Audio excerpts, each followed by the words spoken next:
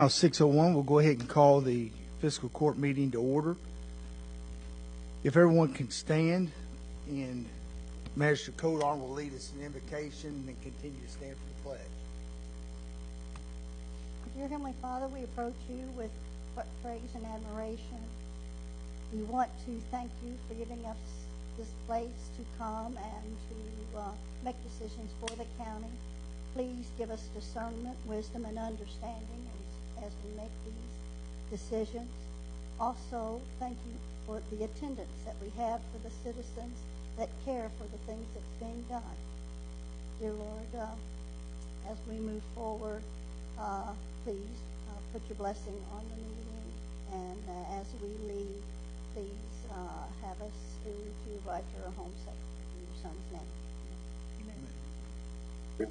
Pledge allegiance to the flag of the United States of America, and to the republic for which it stands, one nation, under God, indivisible, with liberty and justice for all. Thank you. You may be seated. Jenna, if I can have you call roll. Magistrate Humphrey. Present. Magistrate Coldine. Present. Magistrate Riley. Present. Judge Chuckville. Present.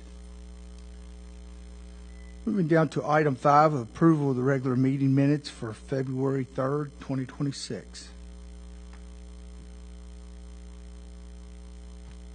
Having read the regular meeting minutes of February 3rd, 2026, I'm going to make a motion to approve as printed.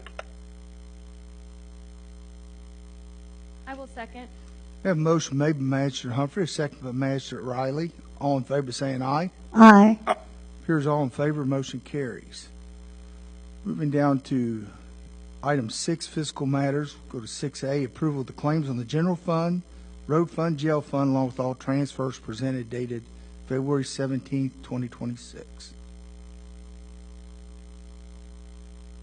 I make a motion to approve the claims on the general fund, the road fund, along with the jail fund, with transfers presented as well, dated February 17th, 2026. I second. I have a motion made by Magistrate Riley, a second by Magistrate Codarn. All in favor by saying aye. Aye. Appears all in favor, motion carries. Moving down to item B, as we do every year, we need to do the approval of the amendment to the county clerk's budget for 2026 for the CPI adjustment as a whole.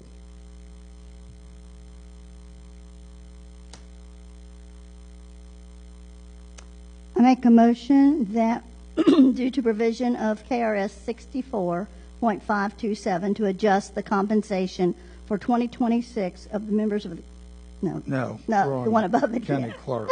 sorry, to approve the county clerk's budget for 2026 CPI adjustment as a whole. I'll second.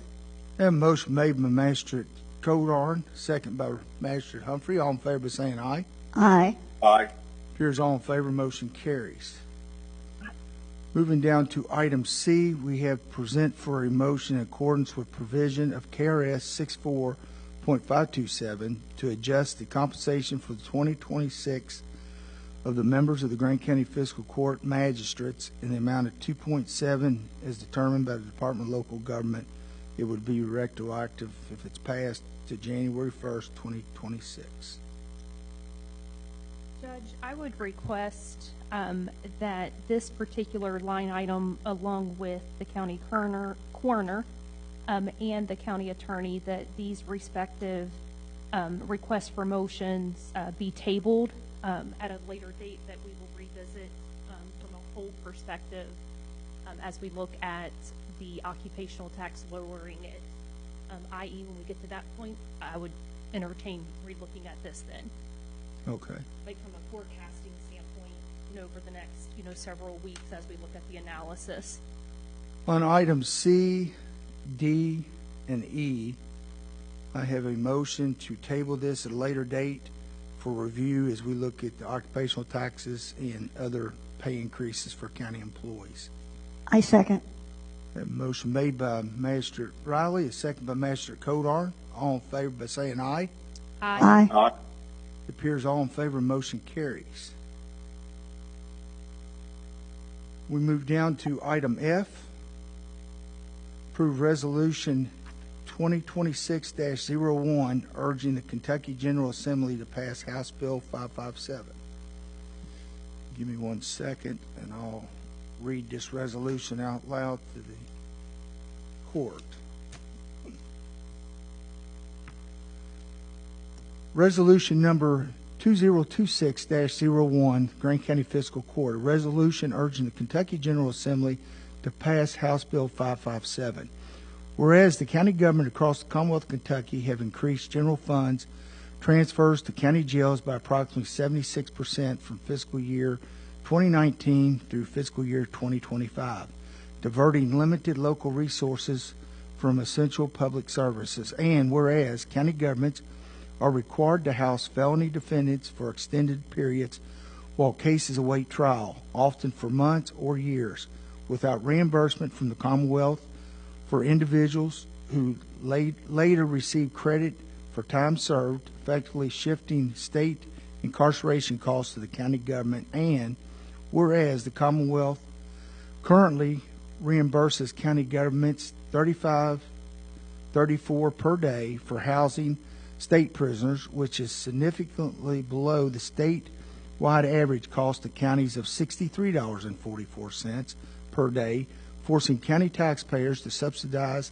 a core state responsibility. And whereas House Bill 557, introduced by State Representative Michael Meredith, House District 18, on February 4, 2026, proposed meaningful reforms to address the growing financial burden of jail operations on county governments and to rebalance the shared responsibility between the Commonwealth and counties. And whereas House Bill 557 would incentivize the creation or expansion of regional jails authorities to improve the economics of scales for operating jails, providing grants to county fiscal courts that create or joint regional jail authorities. And whereas House Bill 557 would clarify the financial responsibility for the cost of detaining inmates charged with felony offenses prior to the trial by requiring the Commonwealth to reimburse counties at a rate based on actual cost when a criminal defendant is held at a county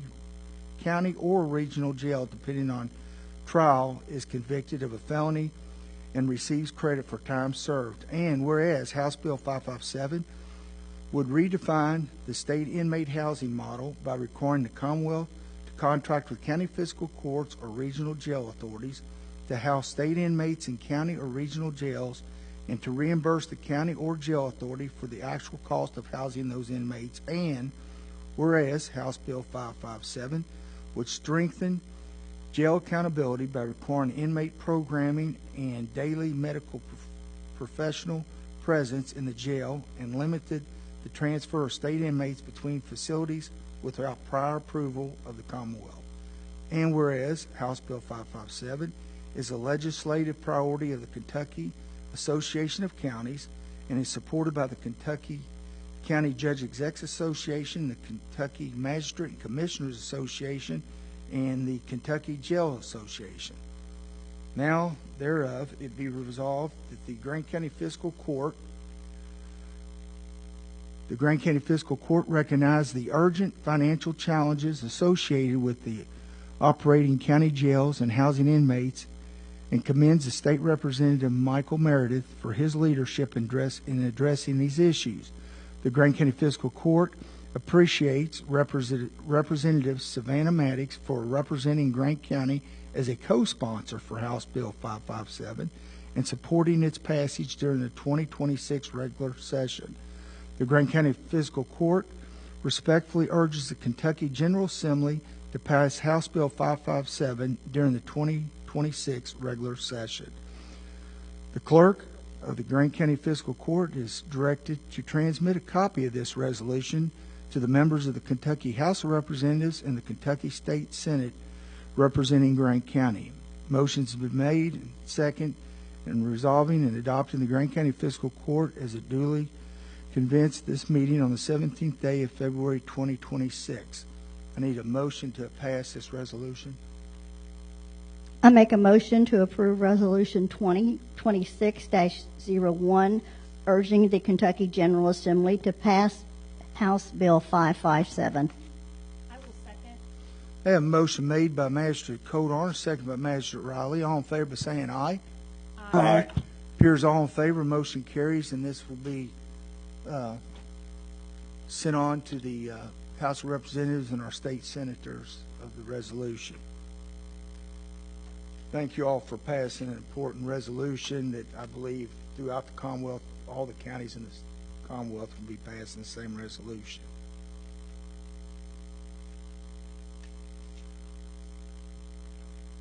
Moving down to item G, we just have the first reading on ordinance number 0001-2026-0293. It's related to solar energy systems amendment. And thanks, Pete, for going over these ordinances, and I want to thank the Grant County Planning and Zoning for acting quickly on this and getting this recognized and amended in this ordinance. So I'm going to just briefly read a portion of this ordinance and a little bit about what it is, and then the complete ordinance, which is a number of pages, can be picked up in my office at any time. But it's an ordinance relating to an amendment of the zoning ordinance of Grant County, Kentucky. Whereas the Grant County Fiscal Court herefore adopted a comprehensive ordinance relating to planning and zoning within the county of Grant County, Kentucky. Whereas the Grant County Fiscal Court sources of changing the zoning ordinance by adding thereto the inclusion of solar energy systems of a list of conditional uses within the Industrial 2 zone. Whereas the Grant County Fiscal Court is aware of the change. In addition, herein it has been recommended by the Grant County Planning Commission, now therefore be it ordained by the Grant County Fiscal Court that Section 10.19, the Industrial 2 zone, is asking for the change to be made, adding solar systems to that ordinance. The next one will be on ordinance number 0002-2026-0294. It's an ordinance relating to an amendment to the zoning ordinance of Grant County, Kentucky. Whereas the Grant County Fiscal Court has heretofore adopted a comprehensive ordinance relating to the planning and zoning within Grant County, and whereas the Grant County Fiscal Court is changing the zoning ordinance by adding thereto the inclusion of solar energy system regulations to Article 15, performing standards for the industrial zones. So basically on that regulation, Article 15 has been added, Section 15.01. It's the application of performance standards pertaining to solar system in the zone of Industrial 1 and also Industrial 2. And it will state out all the regulations that fall under it, what would be required for someone to put in solar system panels on properties in Grant County. That constitutes the first reading of this ordinance. We will hear this ordinance at our next fiscal court meeting, which will be March 3rd, 2026. Moving down to old business, it doesn't appear we have anything on old business.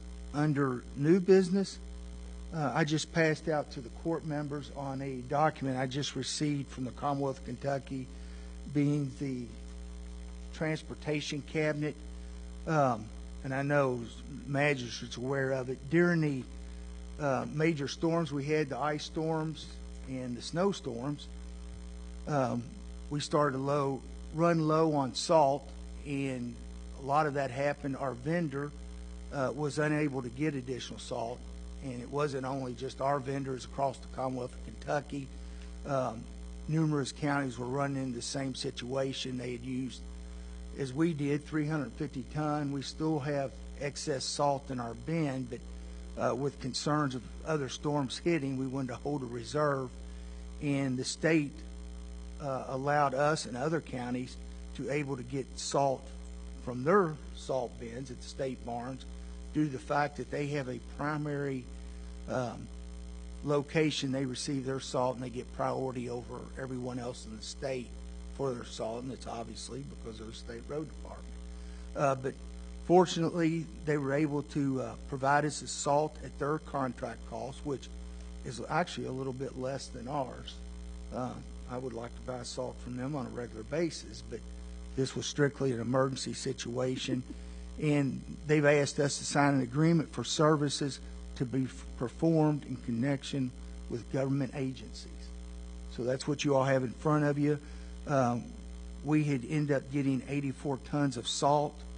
Since then, we were able to buy some other salt, and we've got salt in the bin that hopefully, unless several major storms hit us, we're in good shape until springtime. So, but, you know, we were all getting concerned statewide that our vendors, and I reached out to our vendor, which is Crupper Trucking, and it had nothing to do with his access to it. His vendors, along with everybody else in the state, was unable to get us salt. So I need a motion to approve that agreement. I make a motion for the judge to be able to sign the agreement for services to be performed in conjunction with government agencies pertaining to the purchase of salt. I'll second.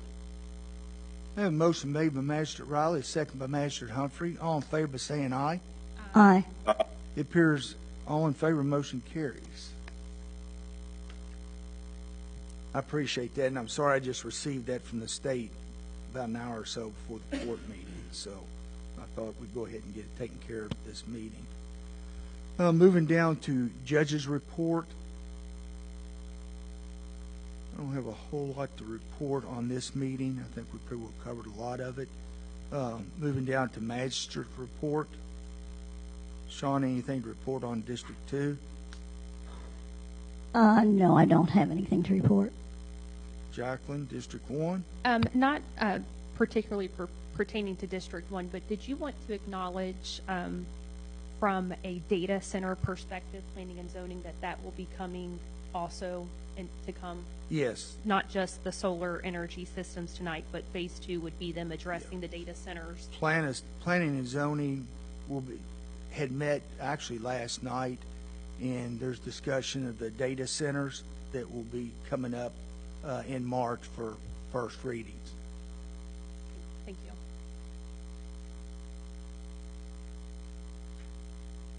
Roger, anything to report out of District 3? No, sir. Okay. That being said, we'll move on down to citizens' address. Anyone in the court? Maybe not. Yes. Oh, Tony. I'd like to address the gesture of the tabling of the 2.7% for of the raise for the magistrates. We know that that's a may. I've read the statute, statute 64.527. It's not a shall. With that being said, with that being tabled, and it has to be, if it is voted on, it's retro to January 1. With you tabling that, and then you come back and vote on that to vote yourself a 2.7% raise, is that retroactive to January 1?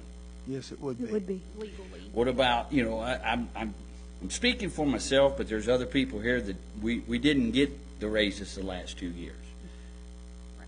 And either did we. Yeah. So, well, we didn't have an opportunity to have 8-hour training courses for, and to be reimbursed for those either, like last meeting.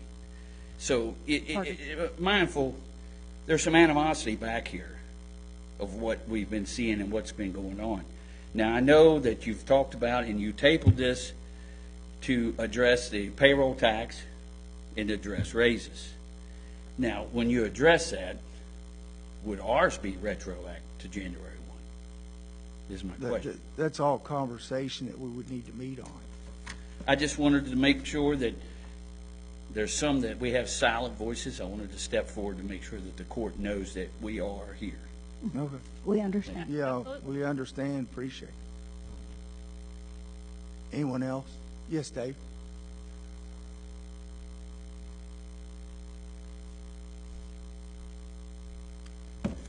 I hope the court bears with me for a few minutes, please.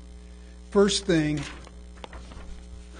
In reading the letter to Grant County Fiscal Court from the Grant County Planning Commission about solar energy systems amendment and the regulations, Yes. the question is, what entity initiated the need and what for and why? I read the letter, and there's nothing in there about who brought this up, why we need that in the county, Okay. and the recommendation for it. And then solar energy on a large scale is costly and inefficient unless it is used in the southwest part of our country. In our area, because of lake effects, we may see the sun 6 months out of the year and then for a period of 12 to 16 hours each day. Solar energy was popular because government subsidies and cheaply made China panels, which degrade and are subject to weather damage, especially in the Midwest. And I suggest the court table this issue until all facts are in. Just last month, I believe it was, in Latonia, an elementary school roof caved in. It had all these panels on it, and it caved in the roof of that school, and they had to shut school down. So I'm wondering if that's what triggered the Planning Commission to look at this. I mean, I'm not against the solar powered things on the corners that say, hey, you know, road closed or 35 mile an hour or stuff like that.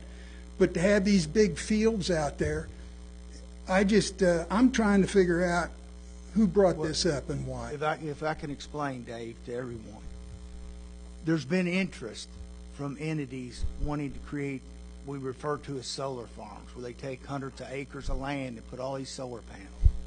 And we have a lot of people in the county opposed to it. With us not having anything in planning and zoning that we allow it, then we're going to have to do something that allow it. If you read that ordinance well enough, there's not a place in this county you can put a solar farm, because it's got to be an I-1 zone. Industrial zone, we have no industrial zone in unincorporated areas. It's got to have city sewage, it's got to have city water, it's got to meet certain standards that you can't meet in our county. So we've added it to the area of our ordinance so that we have it in place, because we do have people that's inquiring about it from out of the state and out of this county wanting to do it. So we have to put it in our zoning for a location. It's just that location doesn't really fit anywhere in our county. It's not cost effective anyhow. I just wanted to bring that up, and I was hoping you'd table it to figure out who's, if anybody's really pushing Tabling this. it doesn't help it. Correct. No. Not Well, addressed today. Yeah, we Okay. have to address the issue because we have people inquiring about it. So, and if you notice also, not only will it not fit, because if you can figure out where in the county it's going to fit under an I-1 zone or an industrial 1 or 2 zone, it's conditional use, which means they've got to come to this fiscal court under a hearing to even be able to do it. It's not a permitted use, it's conditional use. Okay. So, yeah, short of saying that we have no place to be in this county, that's basically what that ordinance reads. Very good. Thank you. Yeah, Thank you. it's more of a protection issue. Okay. Because it's not addressed, nor is data centers, which will be another revision that will come. Yeah. And data centers will fall under the same thing. There's all kinds of different opinions of it, more negative opinions than positive opinions about data centers on how much they draw of your resources, your water, your electric, the sounds of them. So we want to put those guidelines in place that if someday one ever come, it would have to meet these certain standards. And maybe someday they can meet them, but right now they can't. Well, in addition to that, if anybody begins looking at us, they can all go ahead and already see there's an ordinance in place and see the requirements of that ordinance. And based on that, it would probably drive them to back away because the ordinance is in place. That's a good point. Yes, we've already laid out the rules in this amended ordinance. Yeah, And yeah, it's got some major setbacks. And a lot of it, if you notice, it was added to the one with landfills. So And it's Dave, just, I'm glad you asked the question, because Chuck and I talked, we anticipated citizens to think that by us addressing this, was that many folks were ravingly wanting these to come to our community, when in reality, We're we've got to get protecting it. our comprehensive plan and ordinances to protect us. So I'm glad you actually asked the question, because we anticipated citizens to think, what is this really about? Another thing, even within the ordinance, it even talks about a decommissioning portion in the ordinance, which, per se, they would come, but they probably will not based on the ordinance. But also, what are you going to do when it's reached its life cycle? You're not going to leave it out there for an eyesore for the community. So we have a decommissioning section in that on what they have to do to get rid of it. And the concern was, we have had some from out of state reach out wanting to know what our ordinance is. And by us not having one, we're going to be forced to create one, and we wanted to get on the front end of it and create it to protect our community. And, I know personally I've received calls from farmers in this county that do not want these hundreds of acres fields with these solar panels. Same as the wind farms. It's a good thing we don't have a lot of wind here like they do out in Missouri, because I've driven through that area with those things, and they're just, anyway, I thank you. I always say we And I got the don't greatest know, board. I'm speaking before we even have this on the agenda with the data centers. Same thing, data centers need to be near rivers. We don't have a river. They need to draw their water from the rivers because they take a lot of water to cool their systems. And, it's going to be the same way. I don't know that we're going to have something to fit because, one, I don't think our electrical infrastructure will be able to hold data centers in this county. And I don't know that Boone County has the ability to do it, and they're a lot larger than we are. And currently, the only one that's being discussed right now is in Mason County.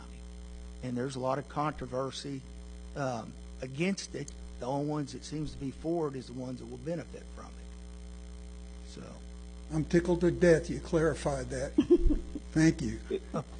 My next issue, county trash pickup and removal. Our residential trash removal charges have increased 23.2% year on year. The basic cost went from $49.82 quarterly to $64.62 quarterly.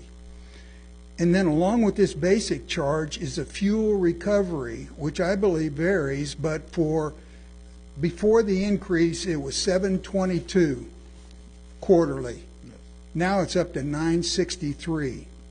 The question is, why do we still have a fuel recovery fee? That was started, I believe, back in 2008 or 9 during the carbon climate change stupid stuff. Fuel is way down from the cost it was back then, and climate change regulations have just been thrown out this month, period. So how many Grant County residences are currently being picked up by Republic? Do you have any numbers on that? Well, Republic's who the contract's with, and I don't know, we've discussed at other meetings.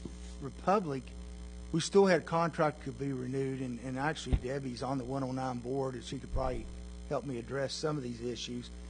We looked at the other vendors that would be available to bid that contract, and for what we were getting on that contract, as far as services with the dumpsters that we weren't having to pay for, additional pickups at residents for large items other than your normal trash pickup, the other vendors said there's no way they could even touch that if we put it out for bid. And the concern was, if we put it out for bid knowing that the other vendors can't even get close to that amount, then we could be paying quite a bit more. Is that basically, Debbie, what? Basically, if you look around Grant County area, The surroundings. you don't even come close to it. We pay way less than they do. And yeah, it has been raised, and they have done that. And sort of to answer a little bit on that fuel charge, that's a national rate, and Republic's not the only one to utilize it. As far as I know, I think our concrete trucks are still using it.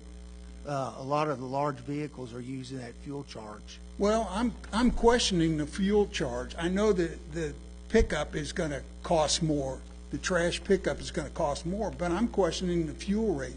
And we have the same thing on electricity. We've got the environmental surcharge, and I'm going to question that because they just did away with all this climate carbon tax stuff. So that should be coming off our bills now. We shouldn't be getting charged for that anymore. Brian inquire Yeah, he needs, Yeah, I mean, we could look into, respect of that. on the fuel charge. I mean, Yeah. that's, our basic involvement is trying to bid out the most reasonable contract for a county resident.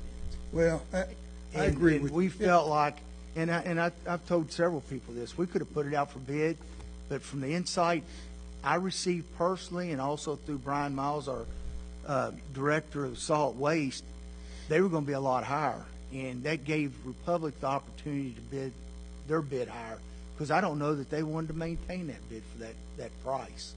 And Judge, I can attest to that, just being at our conferences. Other vendors did acknowledge, you don't want to go to bid on this.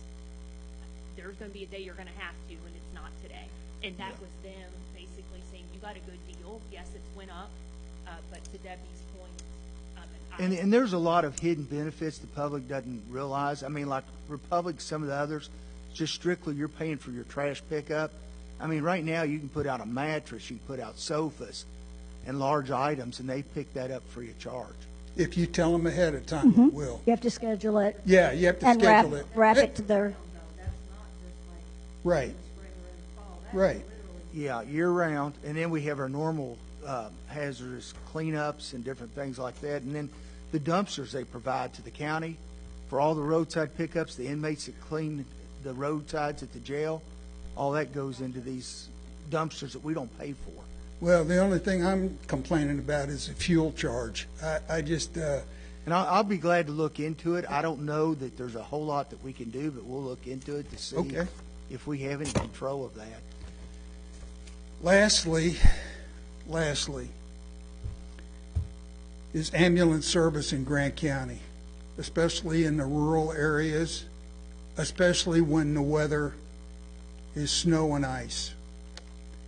And I went to the meeting. It's the first meeting I went to last Wednesday, the 11th. I went to it, and I tell you, I turned red, and I was mad as heck, and I'll show you. I'm going to give you a copy of the agenda. yes, it was. I seen him get rid, no. it's good. It's good.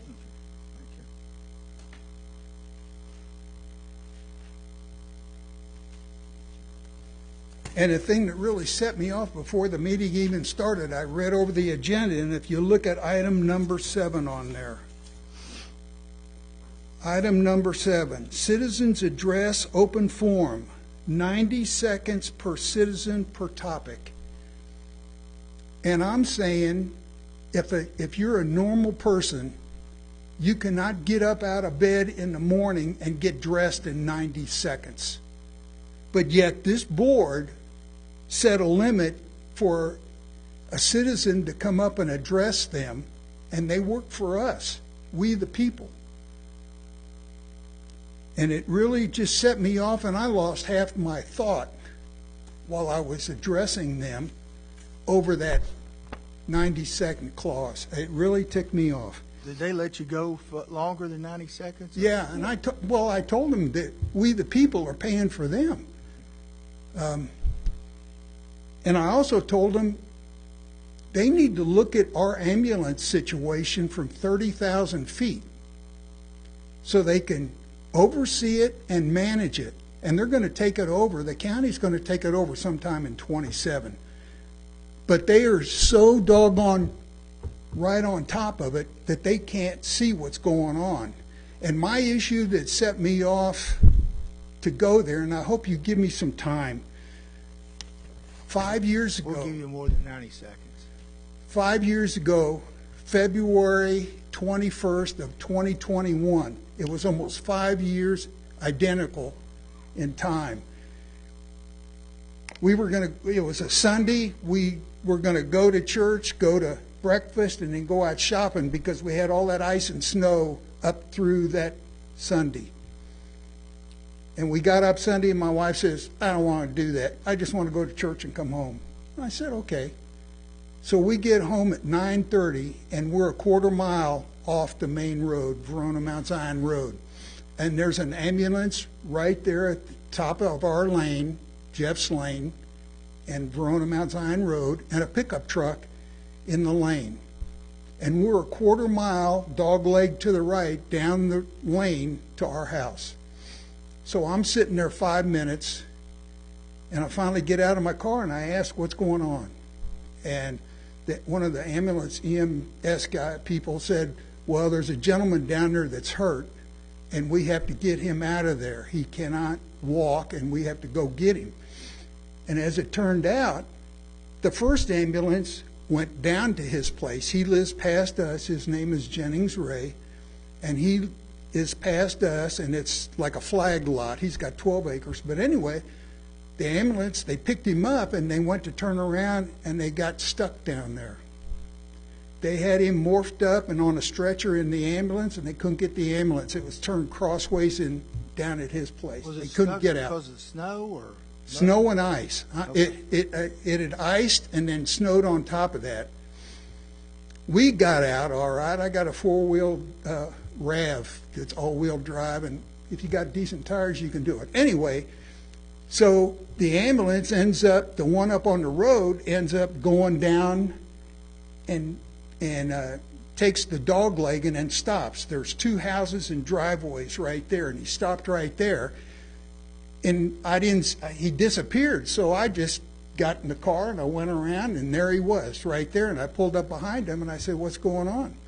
He said, well, we were going to go down there, but we can't. And in the meantime, here comes a tow truck that pulls up behind me. And the guy gets out and he starts looking. He said, I'm not going down there to get that ambulance out. He said, I get stuck down there myself. So some of the guys came up from where the one was down at Jennings' place and said there's a tractor back there in the barn, but there's no key in it. And we were going to put his stretcher. I got a loader on the front of it. They were going to put him in that, but there was no key. And I told him, I said, if you let me go down there and change, I got the tractor, but I don't leave a key in it. And I got a platform we can put on the back of it, and we can get him out of there. Anyway, just as proof, this is the best picture. If you want color, I'll give you color, okay? But Wow.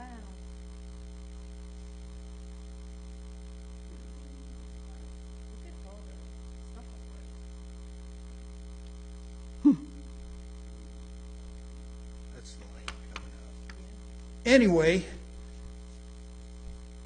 so I got my tractor out, and these guys, they put him on the platform, and four of these people, and I've got nothing. These EMS people, the fire, sheriffs, road department, the worker bees are great people. My problem is with management. So, anyway,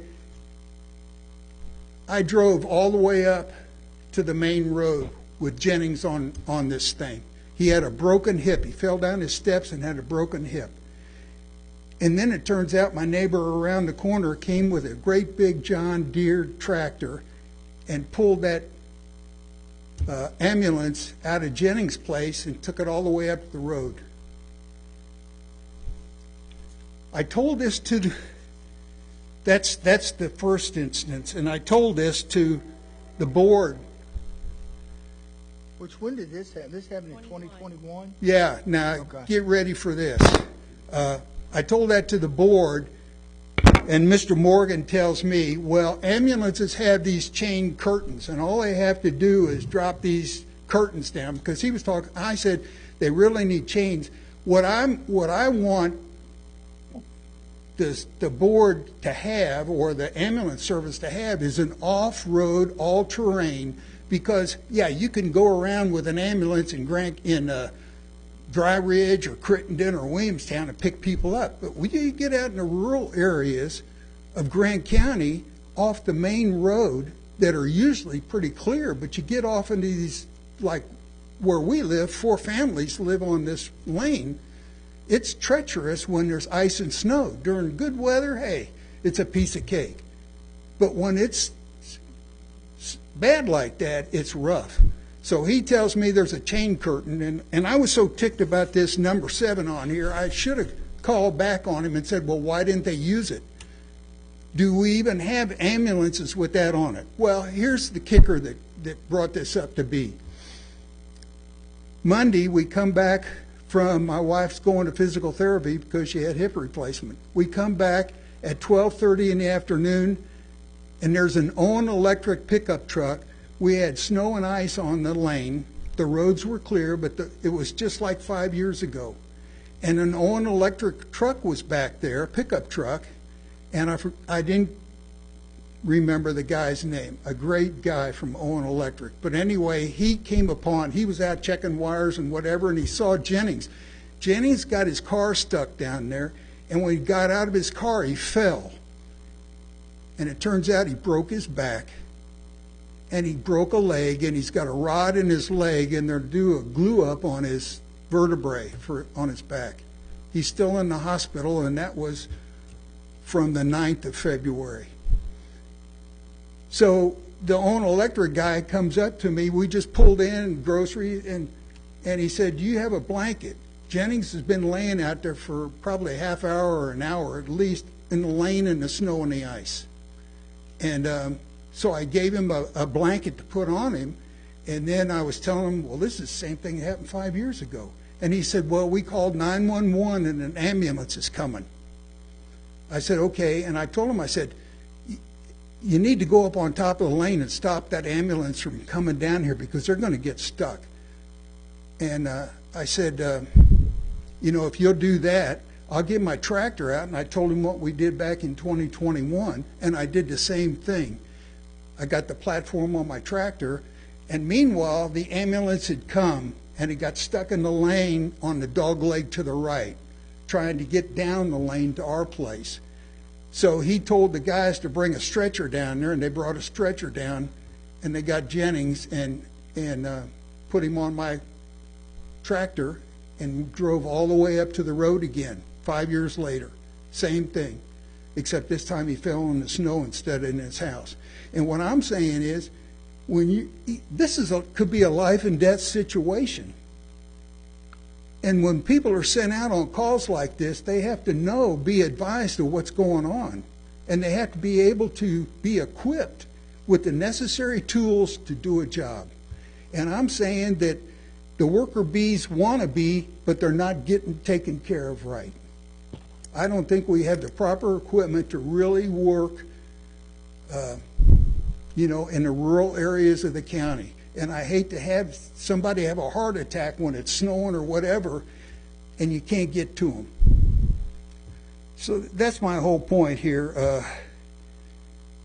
So I guess you addressed... And my thing was, sorry, Chuck, my thing was, if you've ever seen termites, I've seen 2 termites now, one 5 years ago and one this past Monday. And there's never just 2 termites. And I'm wondering how many more of these cases have we had out in the rural part of the county that we don't hear about, where the ambulance can't, when it gets off road, can't get to the person right away. How many of them get stuck? I think that data would be very important to know as far as having the proper equipment to take care of emergency situations.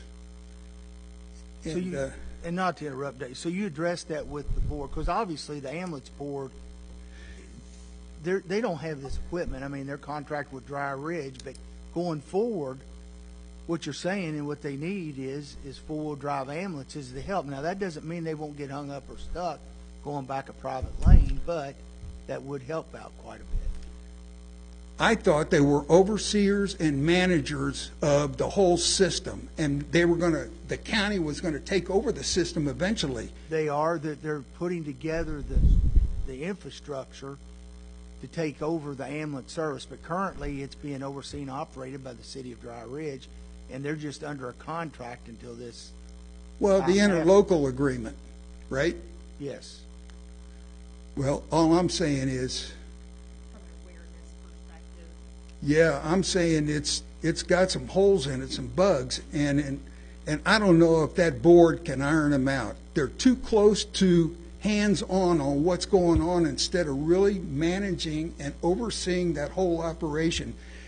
And they should be getting all these reports, maintenance, personnel, the whole thing. I believe they are. Well, I don't know. I'm going to ask for them. As a citizen, I want to see them because we're paying for it, and I want to see it. But I don't know. In a way, we'd have better luck with a private entity trying to handle this. And I was all for us taking care of it instead of a private entity. But this is 2 times now in 5 years, and I'm just thinking, what happens if we weren't there? You know? You know, It's great that It's obviously yeah. And I don't want people I don't have want equipment to accolades. assist. Yeah, I don't want any of that. The only thing I want is life and death.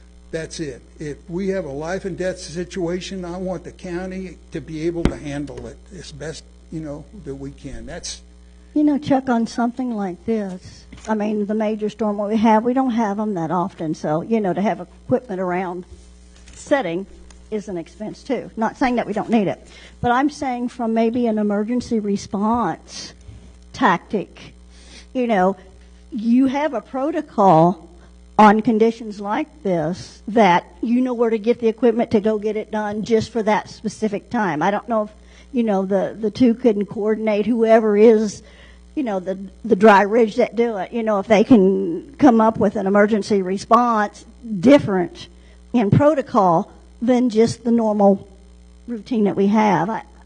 even the 911 operator should have information. I mean, they know when they get called where it's at. And if they have the knowledge of the county, they should be able to give some information too about responding.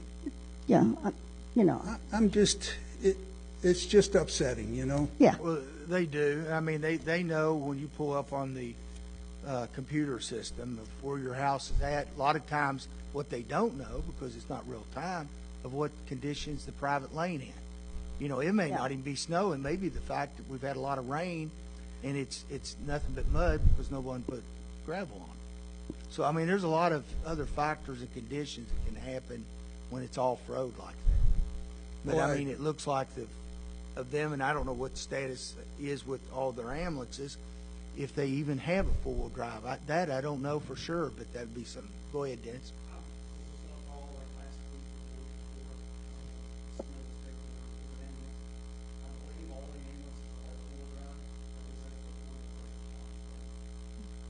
I would have thought they would have been.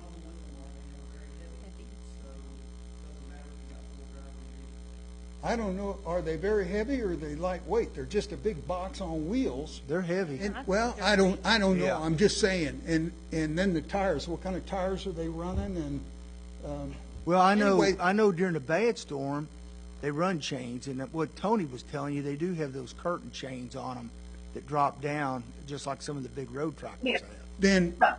then do our ambulances have them? And if they do, are the operators trained to use them? The gentleman that drove the ambulance in and couldn't go forward stopped right there in the curve. He was able to back that all the way up to the road, which was fine. And then I just followed behind him with Jennings and 4 guys walking with me. And we transferred him over. It went nice and smooth up on the road. But do these people, are they trained for four-wheel drive? And do they have that capability? That's all I'm saying, because I'm sure, just like law enforcement, they receive some training, but every situation is different. I mean, if I know everyone's trained and police officers have wrecks, so that doesn't mean they're not trained. It just that happens. well, I know. I thank you for your time. I just wanted to bring this up, and hopefully, I hate to think that this happens throughout the county, but then again, like I said, 2 times I've seen it and I had to help out, and I don't mind helping out. That's what we're all about. But when somebody comes to help like that, it should be good to go, But Dave, I think you're doing the right thing by going to the board and providing awareness to a situation, because that's, if you've got information, sharing that information, because they don't have eyes and ears in every situation. So I just thank you for taking that time to share what you have experienced so that we can be in a position to provide the best quality of service.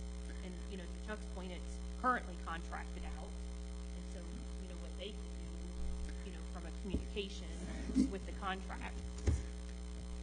If you have a meeting with anybody and you need evidence, call me.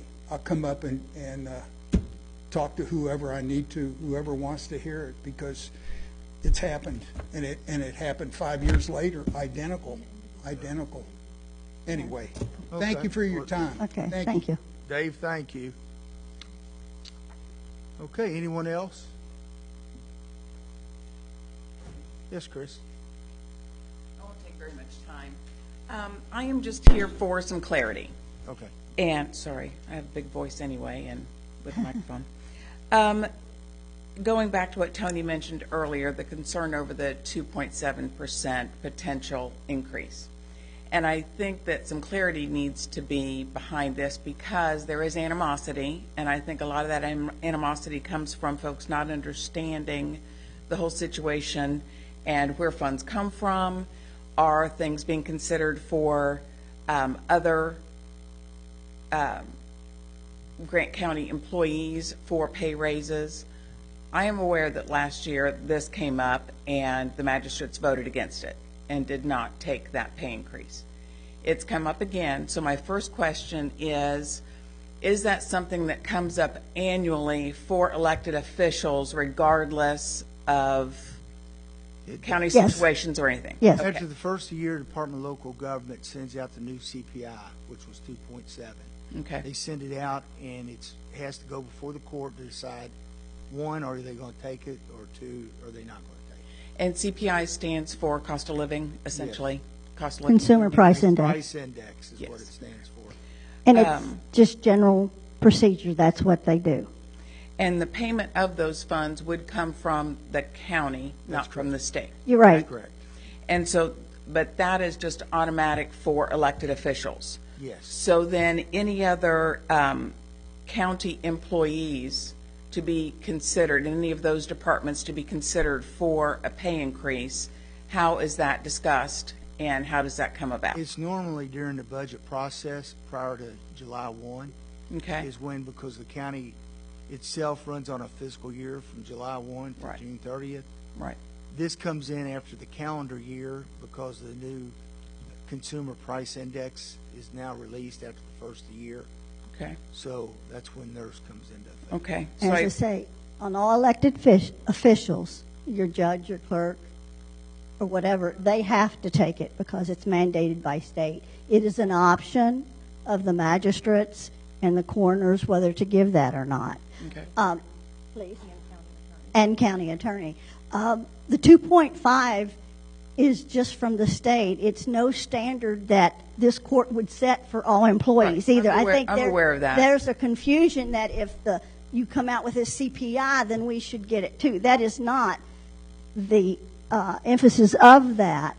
That has to be strictly tied to your budget and what you can afford. Okay. So, Which I appreciate the fact that you're tabling that and looking at whether or not the magistrates, the coroner, and the attorney would receive that this year or vote against it based on financial correct. situation of the county, correct? Yes, correct. Okay. So I think what would be beneficial, I think you should always, if you have a question, you should have some solutions or offer a solution. Because there is so much animosity and misunderstanding of what is going on, and not everybody comes forward to ask to get the clear answers, perhaps doing a letter of clarity that would go to all department heads, kind of explaining what this is, so that they can then explain to their staff, if anyone has any questions, here's how it's taken care of. And I may not be explaining that well, but are you following me? Come from magistrates? Just something, magistrates, the judge, somebody that would explain what this 2.7% is and the fact that the magistrates, the coroner, and the attorney, why that is coming up, and that they are tabling it to look at other possibilities Well, within the county. for one reason that it's coming up is we have a 2.5 occupational tax, and we have to tackle that. Right. You know, so we're watching very closely what effect that's going to have. Our desire, or my desire, is to get it back down to 2. But can we do that with not affecting, you know, the whole the budget as a whole? I can tell you that the budget for Grant County is extremely tight. Right. So, And you know, and you can't say right now, you know, going through the process, you have to watch your cash flow to determine if you've got enough, because once you set that increase in place, it does not go away. and that is another concern. That's Is yeah. That 2.5 went into effect, what, a year ago, year and a half ago? Did that increase? When was that increase?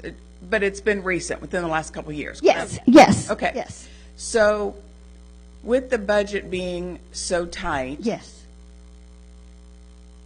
and so you raise it yes. 0.5%. And then if you decide, 2, but not an additional. Raise it up to that. We raised Right, it up, raise it up which to that. is the largest in the state.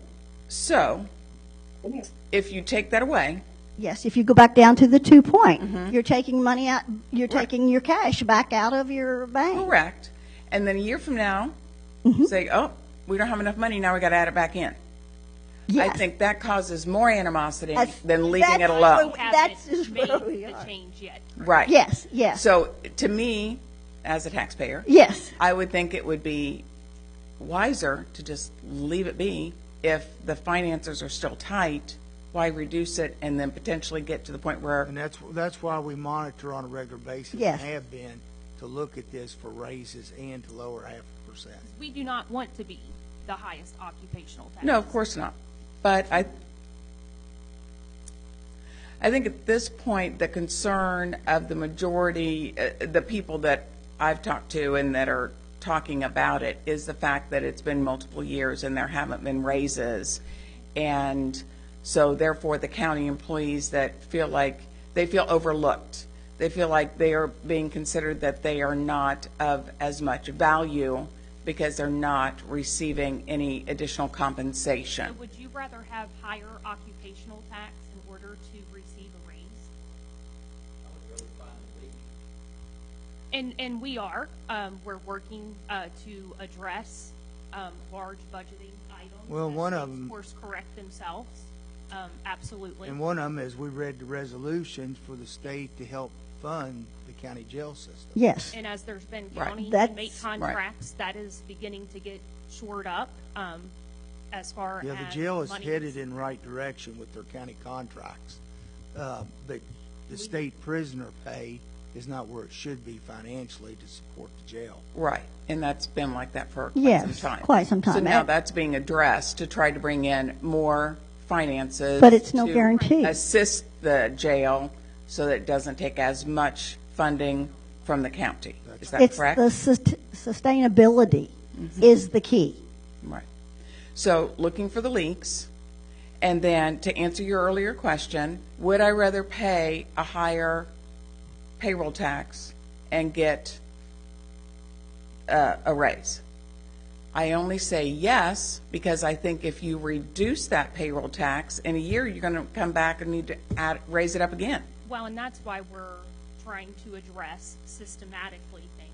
I mean, I went in the fall and testified in Frankfurt over the jail issue because it fundamentally is a large portion of our general fund that goes to Right, subsidize it is. that. Significant. And the sooner we can have that institution filled with paying inmates, contracted inmates, the sooner we will be more whole, less subsidy from the general fund to the jail. And this is a issue across the Commonwealth. We are not the only county in this situation, unfortunately, that we've had, back-to-back years of no raise. But it's the main reason why I chose to rerun, because I have faith and the belief that we're going to continue down the right road of course correcting less subsidies to that jail. in due time, and it didn't happen overnight, Chris, and it has been it has been a financial Oh, I've heard, struggle. I've heard. But I've it is heard. headed in the right heard. direction, and even the resolution that we passed in spirit of supporting House Bill 557, like, it could financially be a game changer. But again, that also isn't going to happen overnight, and this is also not the first time legislations came up, but that is a key element as part of a solution, because the worst thing we could do is lower the occupational tax and be right back where we're at a year from now. But Right, I don't think it needs to be lowered at this point. And we're striving to lower it, because that also is a pay increase on your Yeah. paycheck. Correct. Right. But in it's all not, numbers. but it's not if it's temporary and has to be raised again. That's So true. therefore, We're leave trying it to be. see contracts at a longer period of time, like, is this, at the jail from that Mm-hmm. perspective. Right. So my main thing is clarity, because I think a lot of animosity is created due to lack of clarity as to, I think, just some of that you said. We're trying to find the leaks, we're trying to shore things up. We understand that you are important as employees of Yes, the county. absolutely. And that your positions are important and integral to the success of the county. And we are doing everything we can to look at pay raises, or, we understand your situation. Something like that is clarity that helps to quell some of the animosity, I think would go a long way. That's all I'm saying. To explain that, send it to department heads, that department heads could therefore share. What you share or how you share it is something else. I know that some of that cannot be discussed. Some things need to be discussed in private session. But just to give an idea of what is going on, because people don't always understand. And as you know, they don't always read the agendas that are coming out and see what's coming up. With that agenda is a letter from Department of Local Government that explains the 2.7. Oh, I read it. Yeah, I saw that, which is why I knew what the 2.7 was, because I read that. But not everybody will. Not everybody will read all that paperwork. Not everybody's going to come to these meetings and say something. So I'm just thinking, what is another way to reach the general county employee to get them that information? And therefore, my suggestion is writing something that could go to a department head that could then be shared. Because we all know not a lot of people are going to show up to question or to say anything. That's all. Anybody Fine. have any questions for me? No. Okay, great. Thank you. Thanks. Anyone else? If not, I want to remind everyone, our next meeting will be March 3rd, 2026 at 6 o'clock here in the courtroom. I need a motion to adjourn. I make a motion, we adjourn. I will second. That motion made by Magistrate Codar, second by Magistrate Riley. All in favor of saying aye. Aye. Aye. Appears all in favor. Motion carries. We're now adjourned.